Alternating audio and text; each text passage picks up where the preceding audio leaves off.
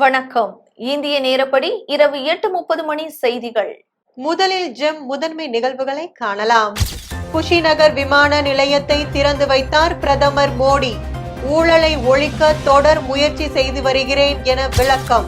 லக்கிம்பூர் தொடர்பான வழக்கில் சாட்சிகளுக்கு உரிய பாதுகாப்பு வழங்க வேண்டும். உச்ச நீதிமன்றம் அறிவுறுத்தல். இன்று பதவி ஏற்காதவர்கள் அக்டோபர் 22ஆம் தேதிக்குள் பதவி ஏற்கலாம். தேர்தல் ஆணையம் அறிவிப்பு. ஊரக உள்ளாட்சி தேர்தலில் ஆளும் கட்சியினர் முறைகேடு. ஆளுநரிடம் எடப்பாடி பழனிசாமி முறையீடு. தமிழகத்தில் 22 மாவட்டங்களில் இன்று முதல் கனமழைக்கு வாய்ப்பு. சென்னை வானிலை மையம் தகவல். இனி விரிவான நிகழ்வுகளை காணலாம்.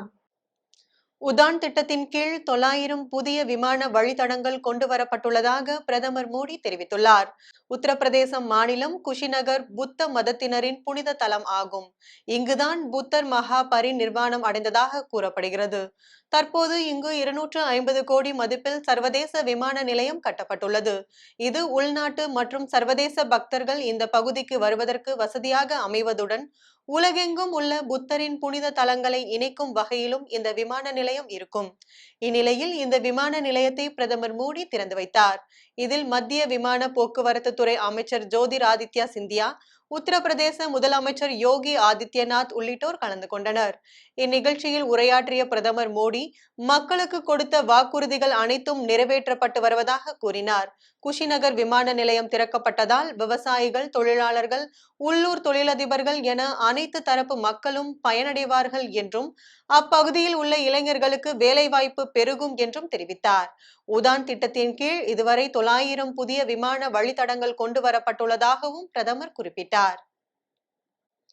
லக்கிம்பூர் வன்முறை தொடர்பாக சாட்சி சொல்பவர்களுக்கு உரிய பாதுகாப்பு அளிக்க வேண்டும் என உத்தரப்பிரதேச அரசுக்கு உச்சநீதிமன்றம் உத்தரவிட்டுள்ளது. உத்தரப்பிரதேசத்தின் லக்கிம்பூர் கேரி மாவட்டத்தில் விவசாயிகளின் பேரணிக்குள் வேண்டுமென்றே நுழைந்த மத்திய இணையமைச்சர் அஜய் மிஸ்ரா மகன் ஆசிஷ் மிஸ்ராவின் கார் விவசாயிகள் மீது ஏறி சென்றது. இதில் 4 விவசாயிகள் சம்பவ இடத்திலேயும் அதன் பின்னர் நடைபெற்ற வன்முறையில் 5 பேரும் என 9 பேர் பலியாகினர். இச்சம்பவம் தொடர்பாக உச்சநீதிமன்றம் தாமாக முன்வந்து விசாரணையை தொடங்கியது. வன்முறை தொடர்பாக விரிவான அறிக்கை தாக்கல் செய்ய உத்தரப்பிரதேச அரசுக்கு உத்தரவிட்டிருந்தது. உச்சநீதிமன்றத்தின் எச்சரிக்கையை அடுத்து மத்திய அமைச்சரின் மகன் ஆசிஷ் மிஸ்ரா கைது செய்யப்பட்டு சிறையில் அடைக்கப்பட்டுள்ளார். மேலும் 4 பேர் இச்சம்பவம் தொடர்பாக கைது செய்யப்பட்டுள்ளனர். இந்நிலையில் இவ்வழக்கு இன்று மீண்டும் உச்சநீதிமன்றத்தில் விசாரணைக்கு வந்தது. அப்போது வழக்கு தொடர்பான நிலையறிக்கையை தாக்கல் செய்துள்ளதாக உத்தரப்பிரதேச அரசு தெரிவித்தது. இதற்கு கண்டனம் தெரிவித்த தலைமை நீதிபதி NV ரமணா அமர்வு, கடைசி நேரத்தில் அறிக்கை தாக்கல் செய்தால் நாங்கள் எப்படி பார்க்க முடியும் என்றும், சாட்சியங்களை பதிவு செய்ய இன்னும் எவ்வளவு நாட்கள் அவகாசம் தேவை என்றும் கேள்வி எழுப்பினர். சாட்சி சொல்பவர்களுக்கு உரிய பாதுகாப்பு அளிக்க வேண்டும் என உத்தரப்பிரதேச அரசுக்கு உத்தரவிட்ட நீதிபதிகள் வழக்கு விசாரணையை வரும் 26ஆம் தேதிக்கு ஒத்திவைத்தனர். இன்று பதவியேற்க இயலாத உள்ளாட்சி பிரதிநிதிகள் வரும் 22ஆம் தேதி பதவியேற்கலாம் என தேர்தல் ஆணையம் அறிவித்துள்ளது. தமிழகத்தில் புதிதாக பிரிக்கப்பட்ட 9 மாவட்ட ஊரக உள்ளாட்சி தேர்தல் மற்றும் மீதமுள்ள 28 மாவட்ட இடைத்தேர்தலில் வெற்றி பெற்றவர்கள் இன்று பதவியேற்றுக் கொண்டனர். அந்தந்த மாவட்ட ஆட்சியர் அலுவலகம் மற்றும் வட்டார வளர்ச்சி அலுவலகத்தில் தேர்தல் நடத்தும் அலுவலர்கள் முன்னிலையில் இந்த பதவியேற்பு பிரமாணம் நிகழ்வு நடைபெற்றது. ஊராட்சி வார்டு உறுப்பினர், ஊராட்சி தலைவர், ஒன்றிய கவுன்சிலர், மாவட்ட கவுன்சிலர்கள் பதவியேற்று வருகின்றனர். இந்நிலையில் ஊரக உள்ளாட்சி தேர்தலில் வெற்றி பெற்று இன்று பதவியேற்க இயலாத உள்ளாட்சி பிரதிநிதிகள் வரும் 22ஆம் தேதி மறைமுக தேர்தல் நடக்கும் முன்பு பதவியேற்கலாம் என்று மாநில தேர்தல் ஆணையம் அறிவிப்பு வெளியிட்டுள்ளது. பதவி ஏற்காதவர்கள் பதவி ஏற்றுக்கொண்டு வரும் 22ஆம் தேதி மறைமுக தேர்தலில் பங்கேற்கலாம் என்றும் தெரிவித்துள்ளது. பதவி ஏற்காதவர்கள் மறைமுக தேர்தலில் போட்டியிட வாக்களிக்க முடியாது என கூறப்பட்ட நிலையில் தேர்தல் ஆணையம் விளக்கம் அளித்துள்ளது. அக்டோபர் 22ஆம் தேதி மாவட்ட ஊராட்சி தலைவர், துணைத் தலைவர், ஒன்றிய குழு தலைவர் உள்ளிட்ட பதவிகளுக்கு மறைமுக தேர்தல் நடைபெற உள்ளது என்பது குறிப்பிடத்தக்கது. ஊரக உள்ளாட்சி தேர்தலில் ஆளும் கட்சியினர் முறைகேட்டில் ஈடுபட்டதாக கூறி தமிழக ஆளுநரிடம் எடப்பாடி பழனிசாமி மனு அளித்துள்ளார். ஆளுநரை சந்தித்த பின் எடப்பாடி பழனிசாமி செய்தியாளர்களுக்கு பேட்டியளித்தார். அப்போது பேசிய அவர், அண்மையில் நடந்து முடிந்த 9 மாவட்ட ஊரக உள்ளாட்சி தேர்தல் முறைகேடுகள் குறித்து ஆளுநரிடம் மனு அளித்திருக்கிறோம். இந்த தேர்தலில் ஆளுங்கட்சி முறைகேட்டில் ஈடுபட்டிருக்கிறது என்று குற்றம் சாட்டினார். மேலும் குறைந்த வாக்கு வித்தியாசத்தில் வெற்றி பெற்ற அதிமுகவினரை தோல்வியுற்றவர்களாக அறிவித்துள்ளனர். இது தொடர்பாக நடவடிக்கை எடுக்க வேண்டும் என்றும் ஆளுநரிடம் வற்புறுத்தி இருக்கிறோம் என்று தெரிவித்தார். நீதிமன்றத்தின் உத்தரவையும் கூட தேர்தல் ஆணையம் பின்பற்றவில்லை. தூத்துக்குடி மாவட்டத்தில் பணியில் இருக்கும் போக்குவரத்து காவலர் மீது அமைச்சரின் உதவியாளர் பொதுமக்கள் முன்னிலையில் காவலரை அடிக்கிறார். மக்களை பாதுகாக்கும் காவலருக்கே இந்த நிலைமை என்றால் மக்களுக்கு எந்த நிலைமை என்பதை பார்க்க வேண்டும் என்று கடுமையாக சாடினார். பல இடத்திலே புகார் கொடுக்க போன போது அவரிடத்தில் முறையாக சந்திக்க வாய்ப்பு கொடுக்கப்படவில்லை.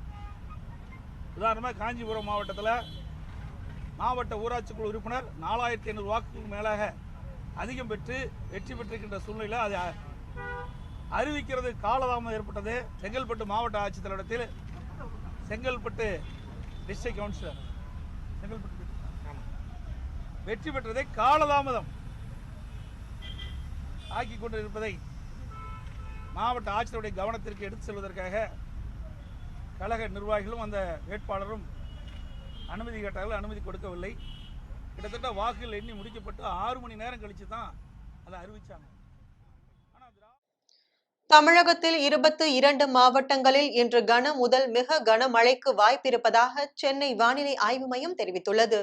தென் தமிழ்நாட்டில் நிலவும் வளிமண்டல மேலடுக்கு சுழற்சி காரணமாக இன்றும் நாளையும் வேலூர், ராணிப்பேட்டை, திருவண்ணாமலை, திருப்பத்தூர், கிருஷ்ணகிரி, தர்மபுரி, கள்ளக்குறிச்சி, சேலம், ஈரோடு, நாமக்கல், திருப்பூர், நீலகிரி, கோயம்புத்தூர், தேனி, திண்டுக்கல், மதுரை, விருதுநகர், தென்காசி, திருநெல்வேலி, கன்னியாகுமரி, கரூர், திருச்சிராப்பள்ளி மாவட்டங்களில் ஓரிரு இடங்களில் இடி மின்னலுடன் கூடிய கன முதல் மிக கனமழை பெய்யக்கூடும் என வானிலை மையம் கூறியுள்ளது.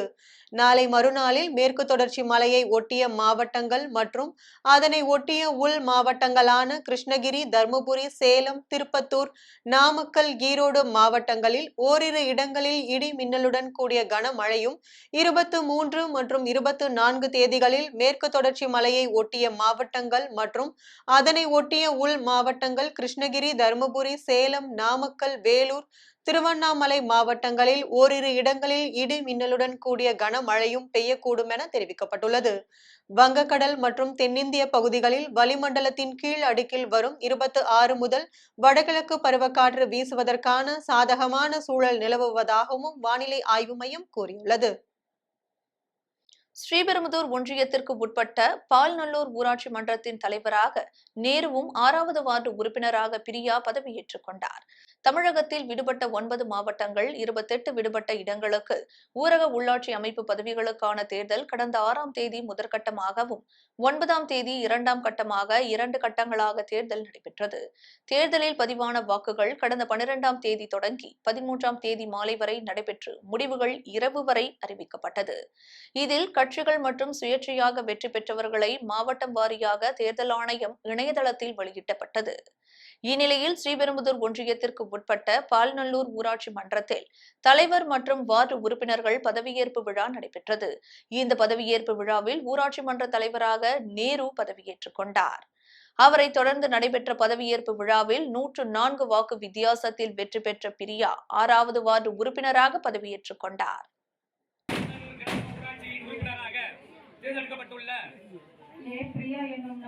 சட்டமுறைப்படி நிறைவேற்றப்பட்டுள்ள இந்திய அரசமைப்பின்பால் உண்மையான நம்பிக்கையும் பற்றுறுதியும் கொண்டிருப்பேன் என்றும் இந்திய நாட்டின் இறையாண்மையையும் ஒருமைப்பாட்டையும் நிலைநிறுத்துவேன் என்றும் நான் மேற்கொண்டிருக்கும் கடமையை நேர்மையுடன் நிறைவேற்றுவேன் என்றும் கடவுளறிய உளமாற உறுதி கூறுகிறேன். தென்காசி மாவட்டத்தில் இளம் ஊராட்சி மன்ற தலைவியாக தேர்ந்தெடுக்கப்பட்ட இளம் வயது பெண்கள் பதவியேற்றுக் கொண்டனர். தென்காசி மாவட்டத்தில் நடந்து முடிந்த ஊரக உள்ளாட்சி தேர்தலில் தென்காசி மாவட்டம் வெங்கடாம்பட்டி ஊராட்சி மன்ற தலைவியாக சாருகலா என்பவர் போட்டியிட்டு வெற்றி பெற்றார். அதேபோல் அனு என்பவர் தெற்குமேடு ஊராட்சி மன்ற தலைவியாக போட்டியிட்டு வெற்றி பெற்றார். இந்நிலையில் இவர்கள் இருவரும் அந்தந்த ஊராட்சி அலுவலகத்தில் பதவியேற்றுக் கொண்டனர். கோவையில் நீண்ட நேரம் கொட்டி தீர்த்த கனமழை காரணமாக பல்வேறு இடங்களில் மழை நீர் தேங்கி நிற்பதால் வாகன ஓட்டிகள் பெரும் சிரமத்திற்கு ஆளாகினர். கோவை, நீலகிரி, நாமக்கல் மற்றும் சேலம் உள்ளிட்ட 10 மாவட்டங்களில் 21ஆம் தேதி கனமழைக்கான ஆரஞ்சு அலர்ட் எச்சரிக்கை ஏற்கனவே விடுக்கப்பட்டிருந்த நிலையில் அதற்கு முன்னதாகவே கோவை மாவட்டம் முழுவதும் மழை வெளுத்து வாங்கியது. தமிழகத்தில் 21ஆம் தேதி 6 மாவட்டங்களுக்கும் 22ஆம் தேதி 4 மாவட்டங்களுக்கும் மிக கனமழைக்கான ஆரஞ்சு அலர்ட் விடுத்து வானிலை ஆய்வு மையம் எச்சரிக்கை விடுத்திருந்தது. இதில் 21ஆம் தேதி புதுக்கோட்டை, சிவகங்கை, மதுரை, ராமநாதபுரம், கரூர் மற்றும் திருச்சி மாவட்டங்களில் இடி மின்னலுடன் மிக கனமழை பெய்யும் என்றும், சேலம், நாமக்கல், கள்ளக்குறிச்சி, நீலகிரி, கோவை, திருப்பூர் மற்றும் காரைக்கால் ஆகிய மாவட்டங்களில் கனமழை பெய்யும் என்றும் அறிவிக்கப்பட்டிருந்தது. இந்நிலையில் கோவையில் பெய்த கனமழை காரணமாக ஆட்சியர் அலுவலகம், Gandhipuram, Sivananda colony, Saibaba colony, Ukkadam, town hall, Peelamedu, Kovai விமான நிலையம் மற்றும் சுற்று வட்டார பகுதிகளில் மழை நீர் குளம் போல் தேங்கி நின்றது. இதையடுத்து சாலைகளில் மழை நீர் வெள்ளம் போல் ஓடியதால் வாகன ஓட்டிகள் கடும் சிரமத்திற்கு ஆளாகினர். திட்டக்குடி பேருந்து நிலையம் அருகில் ஜீவா ஆட்டோ தொழிலாளர் சங்கம் சார்பில் கண்டன ஆர்ப்பாட்டம் நடைபெற்றது. கடலூர் மாவட்டம் விருத்தாச்சலம் அடுத்த திட்டக்குடி பகுதியில் வாழும் ஆட்டோ ஓட்டும் குடும்பங்களுக்கு கொரோனா காலத்தில் நிவாரண நிதி எதுவும் வழங்கவில்லை.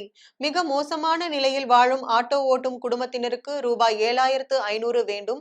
வீடு இல்லாத ஆட்டோ தொழிலாளர்கள் குடும்பத்திற்கு வீடு வழங்க கோரியும், பெட்ரோல், டீசல், கேஸ் விலை உயர்வை கண்டித்து ஜீவா ஆட்டோ தொழிலாளர் சங்கம் மாநிலம் தழுவிய கண்டன ஆர்ப்பாட்டம் திட்டக்குடி பேருந்து நிலையம் அருகில் சங்க துணை செயலாளர் சரவணன் தலைமையில் நடைபெற்றது. இந்த ஆர்ப்பாட்டத்தில் மணிமாறன், மணிகண்டன் உள்ளிட்ட ஏராளமானோர் கலந்து கொண்டனர்.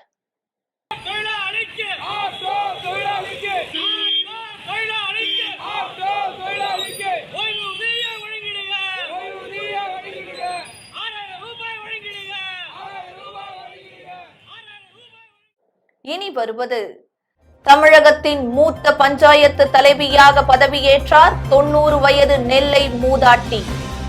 விளம்பர இடைவேளைக்கு பின் ஜெம் நிகழ்வுகள் தொடரும்.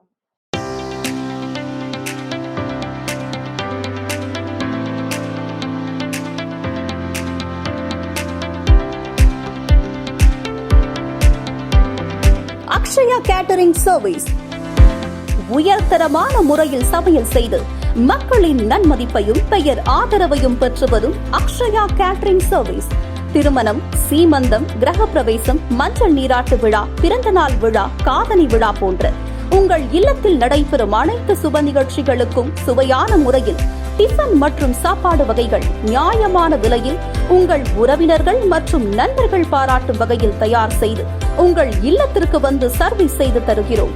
உங்கள் ஆதரவை நாடும் அக்ஷயா கேட்டரிங் சர்வீஸ்.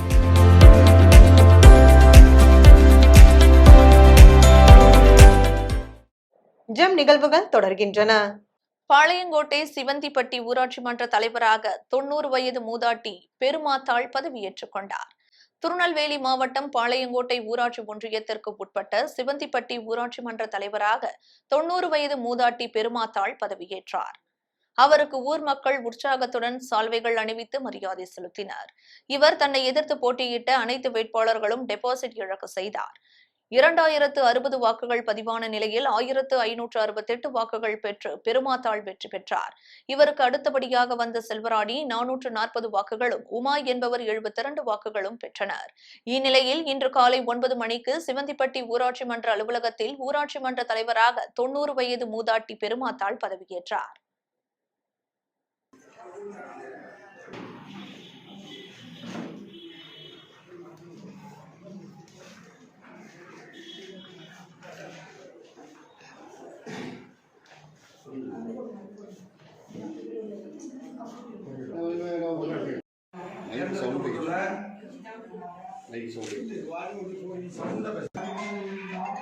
பெருமாத்தாள் எனும் நான் சட்டப்படி நிறுவப்பட்டுள்ள இந்திய அரசியலமைப்பால் உண்மையான நம்பிக்கையும்.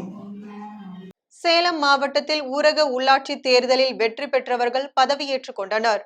சேலம் மாவட்டத்தில் 24 காலி இடங்களுக்கான ஊரக உள்ளாட்சி தேர்தல் கடந்த 9ஆம் தேதி 195 வாக்குச்சாவடிகளில் நடைபெற்றது. இதில் மாவட்டம் முழுவதும் 79% வாக்குகள் பதிவாகின. இதில் வெற்றி பெற்றவர்கள் இன்று பதவியேற்றுக் கொண்டனர். குறிப்பாக சேலம் பனமரத்துப்பட்டி ஒன்றியம், அயோத்தியப்பட்டினம் ஒன்றியம் உள்ளிட்ட பல்வேறு பகுதிகளில் வெற்றி பெற்றவர்கள் பதவியேற்றுக் கொண்டனர். அவர்களுக்கு பொதுமக்கள் சால்வை அணிவித்து வாழ்த்து கூறி இனிப்புகள் வழங்கி கொண்டாடினர். கொண்டனர். மேலும் வெற்றி பெற்ற பெண் கூறுகையில், என்னுடைய கணவர் 2 முறை வெற்றி பெற்று இந்த வீராணம் ஊராட்சி பகுதியில் பல்வேறு நலத்திட்ட பணிகளை மேற்கொண்டுள்ளார். அவர் தற்பொழுது கொரோனா பாதிக்கப்பட்டு உயிரிழந்த நிலையில் அவர் விட்டு சென்ற பணியை நான் மேற்கொள்ள வேண்டும் என்பதற்காக இந்த ஊராட்சி மன்ற தலைவர் பதவிக்கு போட்டியிட்டேன். என்னை வெற்றி பெற செய்த மக்களின் அனைத்து அடிப்படை தேவைகளை முழுமையாக பூர்த்தி செய்வேன் என்று கூறினார். என் கணவர் தலைவராக கொரோனாவில் இறந்துவிட்டார்.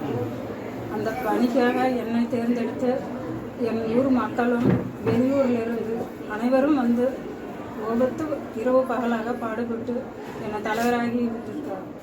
அதனால் அவர் விட்டு போன பணிகள் அனைத்தையும் நான் அவர் இடத்தில் இருந்து செய்து. கள்ளக்குறிச்சி மாவட்டம் ரங்கநாதபுரம் ஊராட்சி மன்ற தலைவராக ஏழுமலை பதவியேற்றுக் கொண்டார். கள்ளக்குறிச்சி உள்பட 9 மாவட்டங்களுக்கு உள்ளாட்சி தேர்தல் நடைபெற்றது. இதில் ரங்கநாதபுரம் ஊராட்சி ஒன்றிய ஊராட்சி மன்ற தலைவர் பதவிக்கு போட்டியிட்டு வெற்றி பெற்ற ஏழுமலை அம்பேத்கர் சிலைக்கு மாலை அணிவித்து பதவியேற்றுக் கொண்டார். இந்நிகழ்ச்சி விடுதலை சிறுத்தைகள் கட்சியின் மாதேஸ்வரன் தலைமையில் நடைபெற்றது. மேலும் பதவியேற்பு விழாவில் ஊராட்சி மன்ற துணைத் தலைவராக ரத்தினம், வார்டு உறுப்பினர்கள் வினைத்தான், அழகேசன், சங்கர், மாரியம்மாள், ஐயாசாமி, அம்புரோஸ், பெரியசாமி, தாகப்பிள்ளை ஆகியோர் பதவியேற்றுக் கொண்டனர். இந்த நிகழ்ச்சியில் ஊர் பொதுமக்கள் என 100க்கும் மேற்பட்டோர் கலந்து கொண்டனர். பொள்ளாச்சி அருகே ஊராட்சி மன்ற இடைத்தேர்தலில் திமுக சார்பில் போட்டியிட்ட வேட்பாளர் கலைவாணி சிலம்பரசன் ஊராட்சி மன்ற தலைவராக பதவியேற்றுக் கொண்டார். கோவை மாவட்டம் பொள்ளாச்சியில் 25 ஆண்டுகளுக்கு பிறகு மிகுந்த எதிர்பார்ப்பை ஏற்படுத்திய ஆனைமலை ஒன்றியத்துக்கு உட்பட்ட திவான்சாபுதூர் ஊராட்சி மன்ற தேர்தலில் திமுக சார்பில் கலைவாணி சிலம்பரசன் போட்டியிட்டு 2297 வாக்கு வித்தியாசத்தில் வெற்றி பெற்றார். இதனைத் தொடர்ந்து திவான்சாபுதூர் ஊராட்சி மன்ற அலுவலகத்தில் உதவி வட்டார வளர்ச்சி அலுவலர் சசி முன்னிலையில் பதவியேற்றுக் கொண்டார். மேலும் 25 ஆண்டுகள் அதிமுக தொடர்ந்து வெற்றி பெற்ற நிலையில் தற்போது திமுக வேட்பாளர் வெற்றியை அக்கட்சி தொண்டர்கள் மிகுந்த உற்சாகத்துடன் பொதுமக்களுக்கு இனிப்பு வழங்கி கொண்டாடினர்.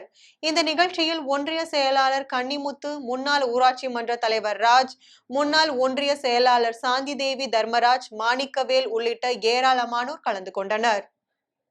கோவையில் காணாமல் போன செல்போன்கள் கண்டுபிடிக்கப்பட்டு மாவட்ட காவல் கண்காணிப்பாளர் தலைமையில் உரியவர்களிடம் ஒப்படைக்கப்பட்டது. கோவை மாவட்ட காவல் எல்லைக்குட்பட்ட பகுதிகளில் தொலைந்து போன செல்போன்களை மீட்ட காவல்துறையினர் மாவட்ட காவல் கண்காணிப்பாளர் செல்வ நாகரத்தினம் முன்னிலையில் உரியவரிடம் ஒப்படைக்கும் நிகழ்ச்சி நடைபெற்றது. இந்த நிகழ்ச்சியை தொடர்ந்து செய்தியாளர்களிடம் பேசிய காவல் கண்காணிப்பாளர் செல்வ நாகரத்தினம் கூறுகையில், கோவை மாவட்டம் முழுவதும் தொலைந்து போன செல்போன்கள் குறித்து புகார் கிடைத்ததும் CSR பதிவு செய்து அதனை மீட்கும் முயற்சியில் மாவட்ட காவல்துறை இறங்கியுள்ளதாகவும், கடந்த மாதம் 125 செல்போன்கள் மீட்கப்பட்டு உரியவர்களிடம் ஒப்படைக்கப்பட்டுள்ளதாகவும் கூறினார். மேலும் அதனைத் தொடர்ந்து 347 புகார்கள் நிலுவையில் இருந்த நிலையில் தற்போது 141 செல்போன்கள் மீட்கப்பட்டு உரியவர்களிடம் ஒப்படைக்கப்பட்டுள்ளதாக தெரிவித்தார். மேலும் தொலைந்து போன செல்போன்களை கண்டுபிடிப்பது சிரமமான விஷயம் எனவும், பொதுமக்கள் உடனடியாக அருகில் உள்ள காவல் நிலையத்தில் அல்லது மாவட்ட காவல் கண்காணிப்பாளர் அலுவலகத்தில் செயல்படும் சைபர் கிரைம் காவல் நிலையத்தில் புகார் அளித்தால் விரைந்து கண்டுபிடித்து விடலாம் என்றும் தெரிவித்தார்.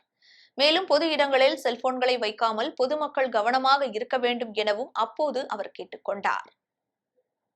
தஞ்சாவூர் மாவட்டத்தில் கொரோனா தொற்றால் பாதிக்கப்பட்ட 58 பெற்றோர்களின் குழந்தைகளுக்கு உதவித்தொகை வழங்கப்பட்டது.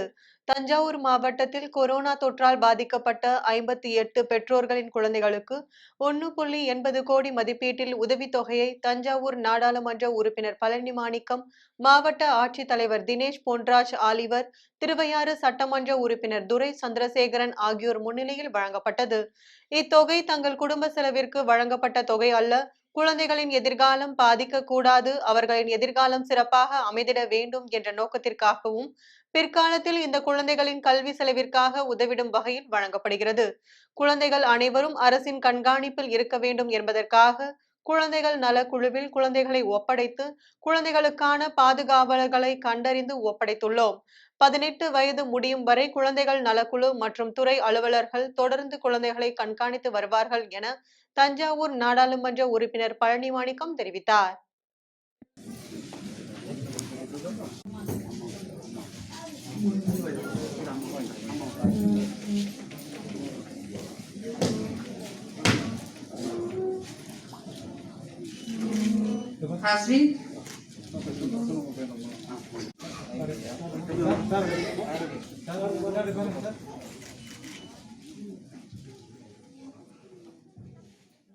திருவாரூரில் இந்து கோவில்களுக்கு சர்வதேச பாதுகாப்பு சட்டங்களை அமல்படுத்த கோரி அகில பாரத இந்து மகாசபா சார்பில் ஆர்ப்பாட்டம் நடைபெற்றது. மத்திய அரசு வங்காளதேசம் முஸ்லிம் தீவிரவாதிகளிடம் இருந்து சிறுபான்மை இந்துக்கள் காப்பாற்ற நடவடிக்கை எடுக்க வேண்டும். உலக நாடுகளில் உள்ள அனைத்து இந்துக்கள் மற்றும் இந்து கோவில்களுக்கு சர்வதேச பாதுகாப்பு சட்டங்களை அமல்படுத்த நடவடிக்கை எடுக்க வேண்டும். இந்துக்கள் கொடுமைப்படுத்தும் நாடுகள் மீது பொருளாதார தடை விதிக்க வேண்டும். ஐநா சபைக்கு பரிந்துரை செய்ய வேண்டும் என்பன உள்ளிட்ட கோரிக்கைகளை வலியுறுத்தி அகில பாரத இந்து மகா சபா சார்பில் ஆர்ப்பாட்டம் நடைபெற்றது. இதில் திருவாரூர் நகர ஒன்றிய பொறுப்பாளர்கள் ஏராளமானோர் பங்கேற்று கோஷங்கள் எழுப்பினர். திருவாரூர் மாவட்டம் அகில பாரத இந்து மகா சபா சார்பில் வங்கதேசத்தில் நடந்த படுகொலையின் சம்பந்தமாக இன்று கண்டன ஆர்ப்பாட்டம் நடைபெற்றது. இந்த கண்டன ஆர்ப்பாட்டம் தசரா பண்டிகையின் பொழுது 300க்கும் மேற்பட்ட இந்துக்களை தீவிரவாதிகள் பயங்கரவாதிகள் கொடூரமாக தாக்கி அந்த கலவரத்தை உண்டு பண்ணி துர்கா பூஜையின் போது நடந்த சம்பவத்தை சீர்குலைத்து படுகொலை செய்யப்பட்டனர். இதில் 4 படுகொலை செய்யப்பட்டதற்கு மத்திய அரசாங்கம் சார்பில் வெளியுறவுத்துறை மூலம் வங்கதேச தூதரை அழைத்து கடும் கண்டனம் தெரிவிக்க வேண்டும். அது மட்டுமல்லாமல் இந்துக்களுக்கு நடந்த சிறுபான்மை இந்துக்களுக்கு நடந்த வன்முறை போல் வேறு எந்த நாட்டிலும் இந்தியாவிலும் நடக்காதவாறு. விளம்பர இடைவேளைக்கு பிறகு ஜெம் நிகழ்வுகள் தொடரும்.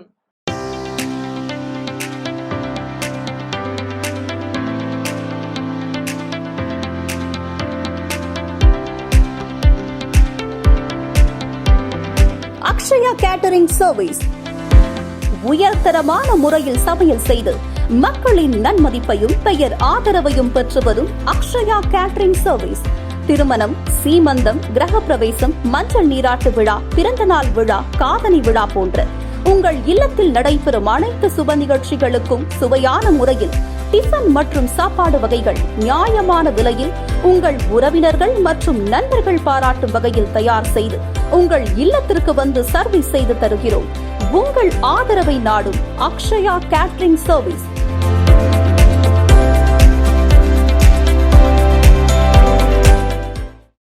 இனி வருவது ஜெம் உலக நிகழ்வுகள்.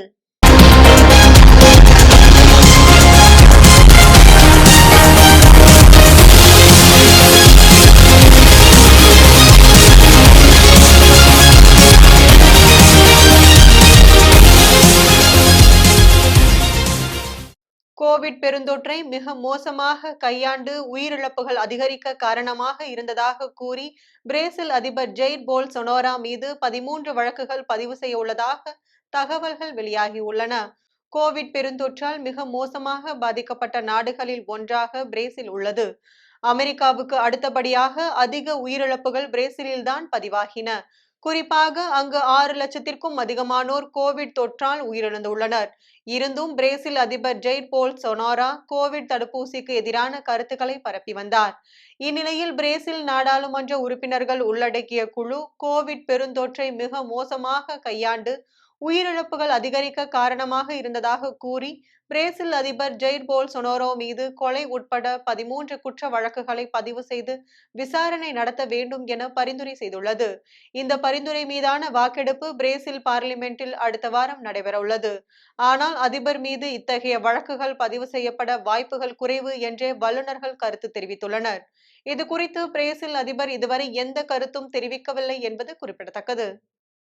தலிபான் பயங்கரவாதிகள் தற்கொலைப்படை தாக்குதலில் ஈடுபட்ட பயங்கரவாதிகளின் குடும்பத்தினருக்கு பணம் மற்றும் நிலம் வழங்கப்படும் என்று உறுதியளித்துள்ளார். தற்போது தலிபான் பயங்கரவாதிகள் ஆப்கானிஸ்தானில் ஆட்சி புரிந்து வருகின்றனர்.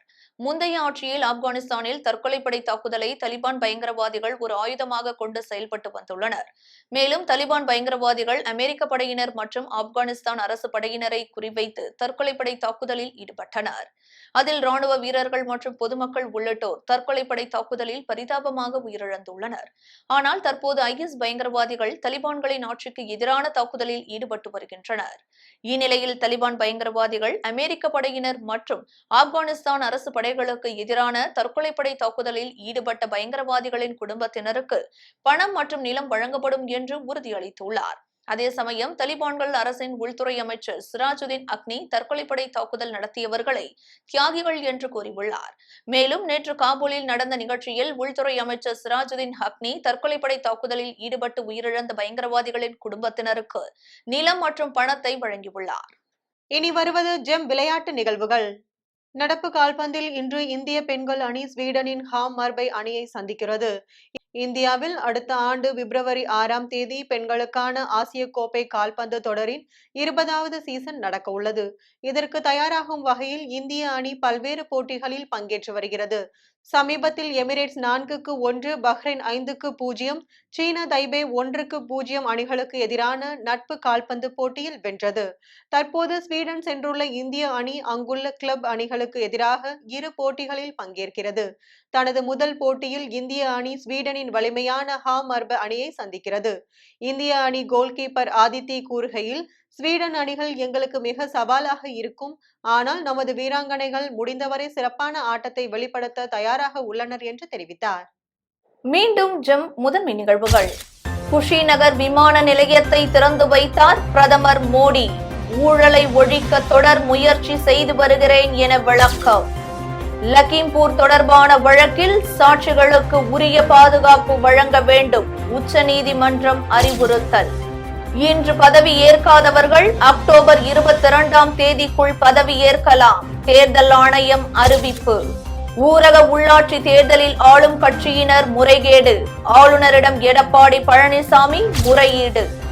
தமிழகத்தில் 22 மாவட்டங்களில் இன்று முதல் கனமழைக்கு வாய்ப்பு, சென்னை வானிலை மையம் தகவல்.